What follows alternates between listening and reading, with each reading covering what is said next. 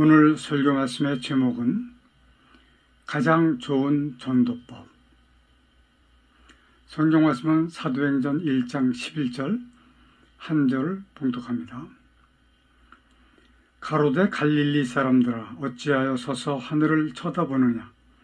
너희 가운데서 하늘로 올리우신 이 예수는 하늘로 가심을 본 그대로 오시리라 하였느니라. 아멘.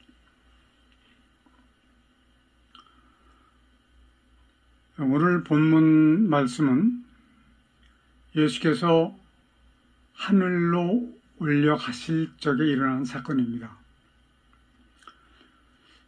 9절에서 말씀하시기를 이 말씀을 마치시고 저희 보는 데서 올리고 가시니 구름이 저를 가리워 보이지 않게 하더라. 예수님께서는 이 세상에서의 사역을 마치시고 하늘로 올라가셨습니다. 그런데 이 말씀을 마치시고 함께 있던 사람들이 보는 가운데서 승천하신 것이지요. 그때 하신 이 말씀을 마치시고 라는 말씀이 무엇일까요? 이 말씀을 마치시고, 어떤 말씀을 마치시고냐 하면 그것은 사도행전 1장 8절에 있는 말씀입니다. 오직 성령이 너희에게 임하시면 너희가 권능을 받고 예루살렘과 온 유대와 사마리아와 땅끝까지 이르러 내 증인이 되리라 하시니라. 성령이 임하시면, 사람에게 성령이 임하시면 복음을 전하라고 하신 말씀입니다. 사람들은 해외 선교를 하고자 하는 사람들이 많이 있습니다. 또 이웃을 전도하고자 하는 사람들도 많이 있어요. 그러나 사람들은 전도지를 나누어 주는 것으로 전도를 했다라고 생각하기도 합니다. 전도나 해외 선교는 분명히 하나님의 구원자를 생산하기 위한 것이기 때문에 굉장히 중요하고 필요한 사역입니다. 그러나 여기에는 사람이 많이 필요하지요. 그리고 많은 시간과 비용이 필요합니다. 그러니까 필요한 만큼 그만한 가치가 있어야지만 되는 것이다 라고 하는 말씀이에요. 그러하기 위해서는 오늘 구원자를 생산하는 방법을 이제 말씀을 드리려고 하는 것입니다. 물론 사람마다 약간의 견해가 다르고 경험이나 해석은 조금씩 다를 수 있기는 하지만 설교자들은 각기 자신의 결정적인 견해로 설교를 하게 되는 것입니다. 성경 말씀으로 비추어 볼 적에 옳지 않은 부분들도 많이 있어요. 그러나 그렇게 설교하는 목사님은 그것이 확실하다라고 하는 확신을 가지고 설교를 하시고 있습니다.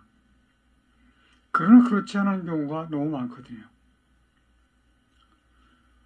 사람이 이 세상을 살아가는 목적은 하나님의 뜻을 따르기 위해서 살아가야 되는 것입니다.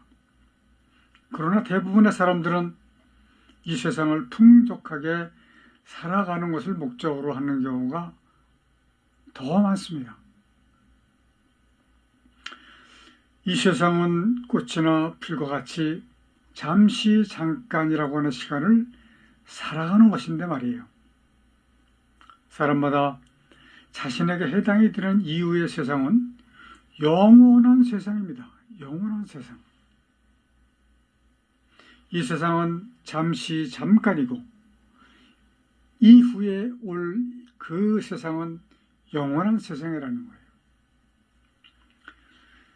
과연 사람이 무엇을 위해서 살아가는 것이 맞는 것일까요?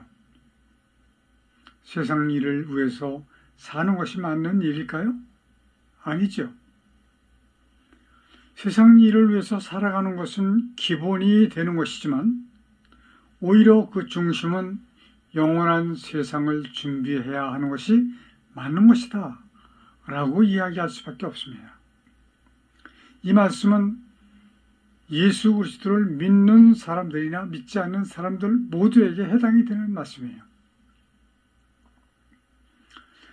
잠깐 살아가는 이 세상은 좀 힘들고 어렵다고 하더라도 이후에 올 세상, 그 세상만큼은 보장이 되어야 하지 않느냐라고 하는 말씀입니다. 우리가 지금 설교를 하는 데 있어서 다음의 세상, 이후에 올 세상 이렇게 표현하는 이유는 무엇이냐 하면 사람이 살아있는 동안에 예수 재림이 이루어지고 심판이 진행될 수가 있기 때문에 다음의 세상이라고 말씀을 드리는 거예요. 만약에 그렇지 않고 모든 사람이 죽은 다음에 그 다음에 세상이 온다면 사후의 세상이다라고 얘기해야 맞는 것이죠. 다음의 세상이 보장이 된다면 이 세상은 100% 이기는 세상이 되는 겁니다. 이것이 사람, 즉 세상을 향하신 하나님의 뜻 중에서 가장 귀한 뜻이라고 하는 말씀입니다. 그렇게 되게 되면 개인에게는 어떠한 일이 일어나냐 하면 요한복음 8장 32절이 이루어집니다. 진리를 알지니 진리가 너희를 자유케 하리라. 이것이 완성이 돼요. 스스로 느껴집니다. 아, 이것이 참된 자유구나. 이것이 진리를 알았더니 일어난 사건이구나. 라고 하는 것을 스스로 깨닫게 되는 것이 바로 이 일입니다. 예수 그리스도께서는 오늘 본문 말씀과 같이 너희가 본 그대로 오시리라 라고 하시는 거예요. 하늘로 올라가셨는데 왜 다시 오시는 것일까요? 세상을 심판하시기 위해서 오시는 것입니다. 심판에 주로 오시는 예수 그리스도의 재림이라고 말할 수 있습니다. 해외 선교나 전도의 목적은 살았으나 죽은 사람의 생명을 영생으로 살리는 일이다. 살았으나 이미 죽은 사람의 생명을 영생으로 인도하는 길이다. 아담의 범죄로 인해서 모든 사람은 죽어버렸습니다. 영적으로. 그 생명을 영생으로 이끌어내는 것이 바로 세외 선교 또는 전도라고 하는 말씀이에요. 저는 오늘 여러분에게 질문을 좀 드립니다. 첫 번째 질문은 여러분은 아담 이후로 세상에 태어났던 사람의 수가 얼마나 될 것으로 생각하시나요? 두 번째 질문은 그 중에서 하나님을 섬기는 자의 수가 얼마나 될까요? 세 번째 질문, 하나님께서 작정하신 구원하시는 사람의 수는 과연 얼마나 될 것 같습니까? 마지막 네 번째 질문, 하나님의 심판은 언제 하실 것 같습니까? 우리가 정확하게 이야기할 수는 없습니다. 그러나 어느 정도 성경 말씀을 통해서 알아볼 수가 있기 때문에 질문을 우선 던져본 겁니다. 자, 1번, 여러분은 아담 이후로 세상에 태어났던 사람의 수가 얼마나 될 것인가? 그것은 바로 7해로 보고 있습니다. 1해는 0이 22개가 붙는 숫자예요. 7해라고 하는 것은 과학적인 계산에 의해서 나온 숫자입니다. 왜냐하면 아브라함에게 하나님께서 복을 주실 때 바닷가의 모래와 같이 하늘에 있는 별과 같이 많은 자손을 주리라라고 약속을 하셨거든요. 그러니까 아담 이후로 많은 사람이 죽고 또 낳고 또 죽고 낳고 하면서 900세까지 자녀를 생산했습니다. 연년생으로 생산했는지 2년토우리로 생산했는지는 알 수 없지만 어쨌든 그들은 건장했고 건강했기 때문에 얼마나 많은 자녀를 낳았는지 알 수가 없습니다. 2번, 그 중에서 하나님을 섬기는 자의 수가 얼마나 될까요? 라고 하는 질문은 2.3회로 봅니다. 왜냐하면 언제나 세계 인구 전체의 3분의 1을 하나님을 섬기는 사람들로 나와 있거든요. 지금도 역시 마찬가지 78억의 인구 중에서 27억이 하나님을 섬기는 사람들이다 라고 하는 통계가 나와 있습니다. 3번 답은 하나님께서 작성하신 구원하시는 사람의 수가 얼마나 될 것인가? 성경 계시록 7장 9절에서는 말씀하시기를 능히 셀 수 없는 흰옷 입은 성도다 라고 말씀을 하세요. 저는 몇 차례 말씀을 드렸지만 능히 셀 수 없는 흰옷 입은 성도라고 하면 잘 세면 셀 수도 있는 숫자다. 그러니까 2.3회라고 하는 그 숫자는 이건 상상을 할 수 없는 수입니다.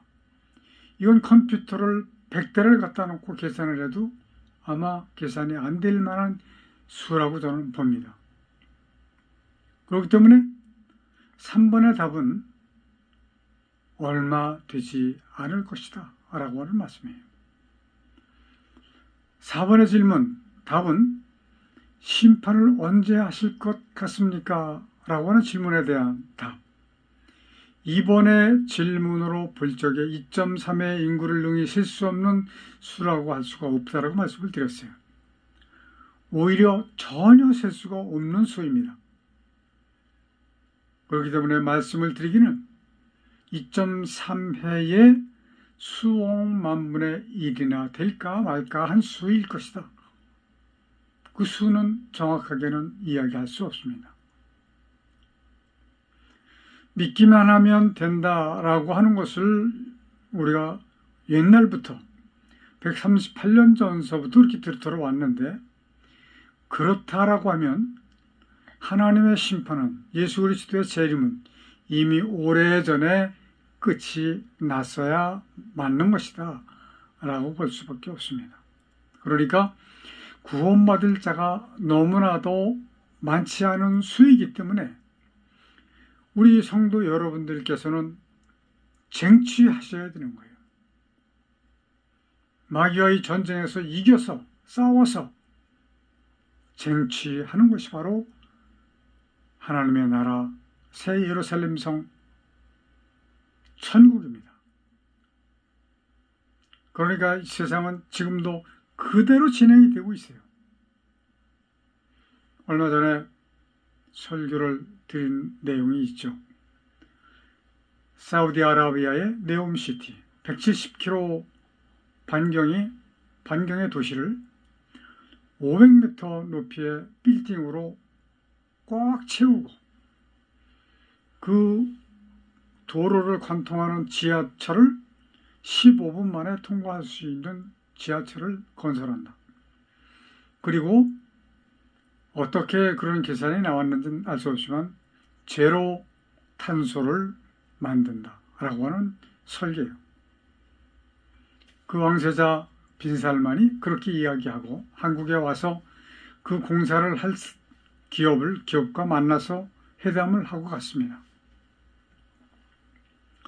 구원자의 수는 너무나도 작은 수일 것이다 라고 볼 수밖에 없어요. 그러니까 우리는 반드시 구원을 얻기 위해서 쟁취하셔야 됩니다. 쟁취하시기 위해서는 전쟁을 치러야 된다. 누구와? 사탄과의 전쟁입니다. 그러므로 예수님께서 승천하시면서 내 증인이 되리라 라고 명령을 하신 거예요. 언제? 성령이 임하시면. 사람들은 성령으로 세례를 베푸실 것이라고 하는 성경 말씀을 어떻게 표현을 하느냐 하면 성령 세례라고 줄여서 말을 합니다. 줄여서 말하면 안 됩니다.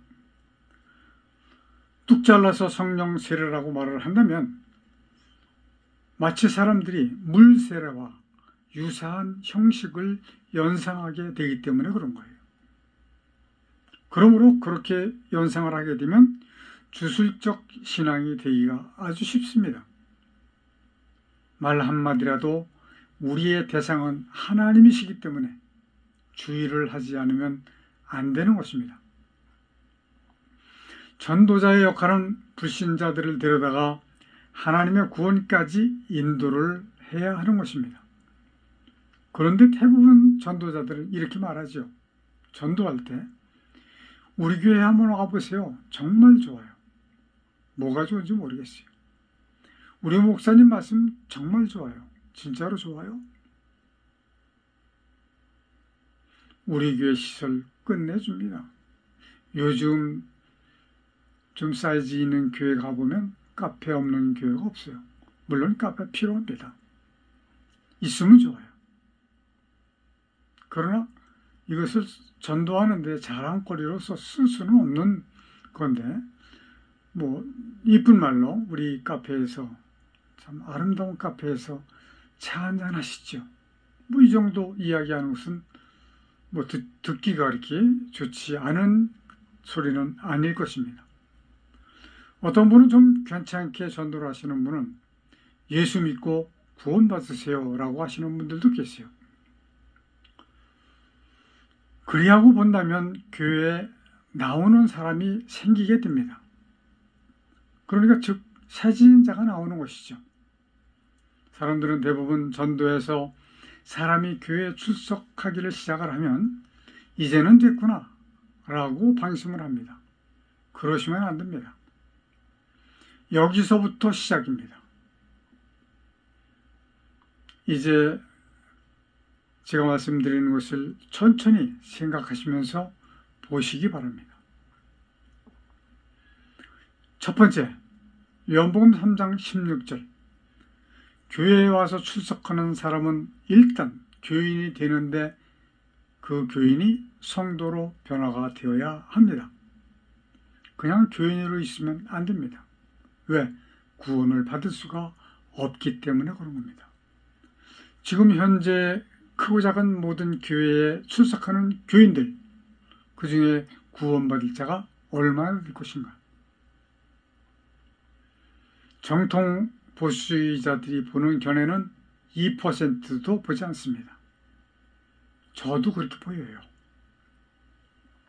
두 번째, 이사야서 14장 12절. 하나님의 천지 창조하신 곳이 어디인지를 가르칩니다. 세 번째, 창세기 1장. 천지 창조의 과정을 일일이 가르쳐 드려야 됩니다. 그리고 네 번째, 창세기 1장 28절에 있는 말씀. 하나님께서 사람을 하나님을 대신해서 마귀와 싸울 군사로 지으신 것을 알게 해야 합니다. 다섯 번째, 창세기 3장. 에덴 동산에서 마귀에 의한 아담의 범죄로 모든 사람이 영적으로 죽었음을 알게 합니다. 물론 당사자도 해당이 되는 것이죠. 여섯 번째, 창세기 3장 15절. 이것을 회복시키기 위해서 예수 그리스도께서 육신을 입고 이 땅에 오셔서 희생제물로 돌아가셨다. 십자가를 지셨다. 이것을 가르쳐 드려야 됩니다. 일곱 번째, 갈라디아서 6장 14절. 예수 그리스도를 자신의 구주로 믿어지게 해야 합니다. 이것이 첫 번째 단계예요. 여덟 번째, 요한일서 3장 8절. 하나님의 뜻, 천지 창조의 목적을 알게 합니다. 아홉 번째, 계시록 6장 11절. 하나님께서 약정하신 구원자의 수를 가르쳐서 알게 합니다. 아까 말씀드린 대로 능히 셀 수 없는 흰옷 입은 사람, 성도. 열 번째, 계시록 6장 11절. 그 수가, 구원자의 수가 차면 하나님께서 세상을 심판하신다라고 하는 것을 알게 합니다. 사실 심판의 때를 제대로 알고 있는 사람들이 많지가 않아요. 심판 언제 하실 것이냐라고 누가 물으면 하나님께서 작정하신 구원자의 수가 차면 바로 심판을 하실 것이다 라고 말씀을 하셔야 됩니다. 11번째 베드로후서 3장 7절 그때에는 피조물이라고 하는 것은 하나도 남김없이 불살라 없애버리심을 알게 합니다. 지금 저는 이 예배문을 보내드린 분들이 있고 반드시 꼭 이 예배문을 통해서 예배를 드리는 분들에게는 이 예배문을 보내드려요, 지금도. 그러나 그렇지 않은 분은 제가 특별히 지금 해야 할 일을 감당하고 있기 때문에 보내드리지 못하고 유튜브로 보실 수가 있습니다.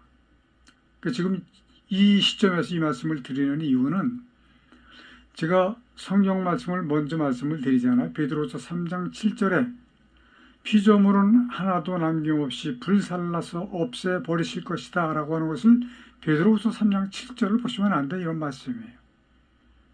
12번째 마태복음 24장에 보면 사람은 하나도 없어지지 않냐고 이미 죽은 자와 살아있던 자의 영적 부활과 변화를 알게 해야 합니다. 모든 것은 다 불살라서 태워져서 없어집니다.